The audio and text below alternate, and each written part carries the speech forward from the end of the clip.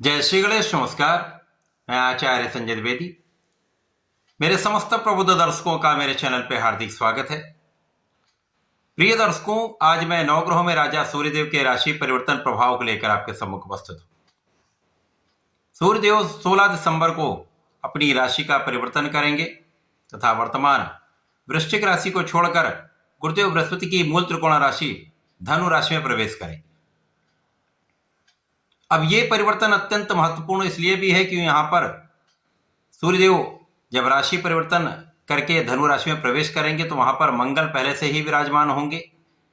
मंगल और सूर्य का युति प्रभाव आरंभ होगा और इस पर धनु राशि के स्वामी गुरुदेव बृहस्पति की दृष्टि का प्रभाव प्राप्त हो रहा है, जिसके कारण धनु राशि में गुरुदेव बृहस्पति की राशि में सूर्य और मंगल का महाप्रबल योग बनेगा और गुरुदेव की दृष्टि का प्रभाव इस युति प्रभाव को अत्यंत विशेष बनाने वाला है। कुछ विशिष्ट लाभ की स्थिति बनेगी, कुछ बड़े राजयोगों का निर्माण यहाँ पर होने वाला है, क्योंकि इस युति से, इस दृष्टि प्रभाव से महापराक्रमी योग बनेगा तथा शासन योग का निर्माण होने वाला है, जो समस्त राशि के जातकों को प्रभावित भी करेगा, कुछ विशिष्ट लाभ भी देगा। प्रिय दर्शकों, आज मैं वृषभ राशि के लिए सूर्यदेव के इस राशि परिवर्तन का, बनने वाले महाराजयोगों का, किस प्रकार का लाभ आपको प्राप्त होने वाला है, किन भाव में प्रबलता आएगी, इस समय का आप कैसे उपयोग कर पाएंगे, अथवा कहीं पर कोई समस्या या अवरोध है तो उसका क्या निवारण है, संपूर्ण विश्लेषण मैं पूर्ण तर्क के साथ करने जा रहा हूं। प्रिय दर्शकों, इस राशिफल को आप अपने लग्न तथा राशि दोनों के अनुसार देख सकते हैं।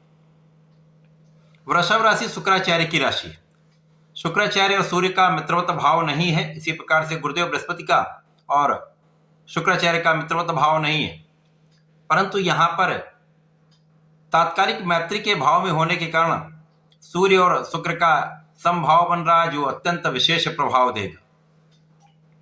और इस राशि परिवर्तन के पश्चात जब सूर्य का राशि परिवर्तन होगा, धनु राशि में शुक्राचार्य भी 20 दिसंबर को पहुंच जाएंगे, जिसके कारण त्रिग्रही योग का निर्माण हो जाएगा। अब लग्नेश के साथ सूर्य का गोचर, मंगल का गोचर, उस पर गुरुदेव बृहस्पति की दृष्टि का प्रभाव अति विशेष होने वाला है। जब धनु राशि में सूर्यदेव पहुंचेंगे, मंगल के साथ अतिमित्र के भाव में होते हुए यहां पर महापराक्रमी योग बनाएंगे। और वृषभ राशि के लिए सूर्यदेव चतुर्थ भाव के स्वामी सुखेश हैं। सुखेश का गोचर आपके अष्टम भाव में आरंभ होगा, परंतु सूर्य को कोई त्रिक दोष नहीं लगता, इसलिए यहां पर कोई बड़ी समस्या नहीं। मंगल को त्रिक दोष लगेगा, शुक्राचार्य को त्रिक दोष लगेगा, परंतु ये दोनों ग्रह यहां पर विपरीत राजयोग में होंगे, जिसके कारण उनकी निर्बलता दूर होगी तथा सूर्य का प्रभाव यहां पर उनको विशेष बल देने वाला होगा। अब यहां पर वृषभ राशि के जातकों के लिए आपकी जो स्वास्थ्य की समस्याएं हैं वो दूर होने लगेंगी। सूर्य को आत्मकारक कहा गया है, सूर्य को रोग नाशक कहा गया है, आयुर्वेद के कारक सूर्य हैं। तो जब सूर्य यहां पर पहुंचेंगे तो यहां पर रोगों की समस्या समाप्त होगी। इसी प्रकार से मंगल को बल मिल जाएगा।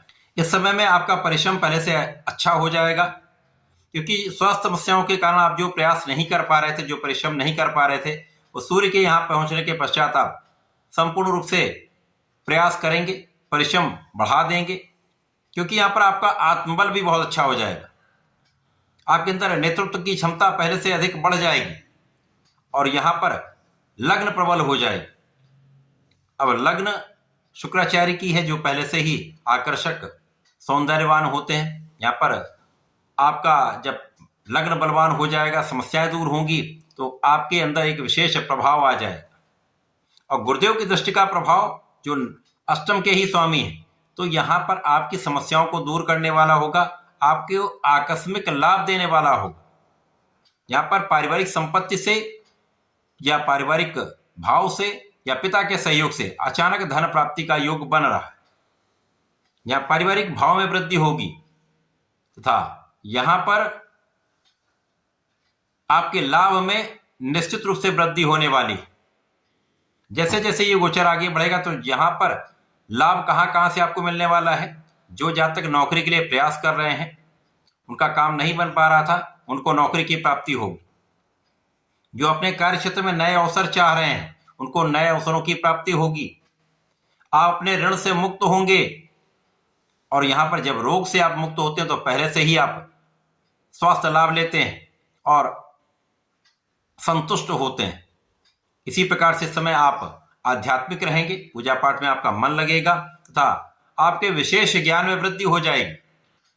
जो जातक विशिष्ट ज्ञान प्राप्त कर रहे हैं या किसी एनालिसिस के क्षेत्र में हैं, अन्वेषण के क्षेत्र में हैं, रिसर्च के क्षेत्र में हैं, वहां पर विशेष लाभ आपको प्राप्त होने वाला है। अच्छे लाभ की प्राप्ति अचानक ही हो सकती है। तो अचानक आपके जीवन में सफलताएं आने वाली हैं जो आपके कार्य क्षेत्र को, आपके धन के क्षेत्र को, आपके लाभ के क्षेत्र को प्रबल करने वाली। जैसे जैसे ये गोचर में आपका प्रभाव बढ़ता जाएगा, सूर्य का बल शुक्र को मिलेगा, रवि शुक्र योग तथा पराक्रम योग, साथ में शासन योग बनेगा। तो आप जिस क्षेत्र में हैं वहां पर आपका एक विशेष आभा मंडल रहने वाला है, उसका प्रभाव समस्त लोगों पर पड़ने वाला है। आपका एक विशेष प्रभाव होगा, उस प्रभाव का लाभ आपको अपने समस्त क्षेत्रों में प्राप्त होगा। अब सूर्य तो राजा है, तो राजा के गुण भी यहां पर प्राप्त होने लगते हैं। लग्नेश के साथ में तो लग्न को भी वो गुण प्राप्त होंगे। तो इस समय में आप जिस भी क्षेत्र में वहां पर आप नेतृत्व करने जा रहे हैं, अपनी क्षमता का संपूर्ण उपयोग करने जा रहे हैं, अपने धैर्य से, अपने निर्णयों की क्षमता से, अपने विवेक से अच्छे निर्णय करके अब धन के लाभ को बढ़ाने वाले हैं, अपने सुखों को बढ़ाने वाले। इस समय में आपके जीवन में सुख तो बढ़ेंगे, सुख साधन अवश्य बढ़ेंगे। हो सकता है इस समय में आप सुखों का उतना उपभोग ना कर पाए, कार्य क्षेत्र में लगे रहने के कारण या किसी अन्य कारण से हो सकता है उतना लाभ आप ना ले पाए, परंतु सुख साधन अवश्य बढ़ेंगे। भूमि भवन वाहन का लाभ अवश्य प्राप्त होगा। अब सूर्य जो आपके चतुर्थ के स्वामी है, तो यहां पर माता के सुखों में तो वृद्धि निश्चित रूप से होगी। यहां पर माता पिता का आशीर्वाद मिलेगा और लोगों के बीच में यदि आप संबंधित होकर कार्य करते हैं, लोगों से रिलेट करके काम करते हैं, सामाजिक कार्य में है, राजनीतिक कार्य में है, तो यहां पर आपका प्रभाव बढ़ने वाला है। आप अपने कार्य क्षेत्र में निरंतरता बनाए रखेंगे, सामंजस्य बनाकर चलेंगे, इस समय में आपका नाम अवश्य बढ़ेगा। तो ये सूर्य का राशि परिवर्तन आपको आपके रोगों से मुक्त करने वाला है, आकस्मिक लाभ कराने वाला है, धन वृद्धि कराकर सुखों में वृद्धि कराने वाला है। इस समय में इस लाभ की निरंतरता को बनाए रखने के लिए आपको सूर्यदेव को जल देना चाहिए, ओम घड़ी सूर्याय नमः का जप करना चाहिए तथा प्रत्येक रविवार को भगवान भोलेनाथ पर जलार्चन करके दही से अभिषेक करें तथा गुलाब की सुगंधि का अर्पण करना चाहिए।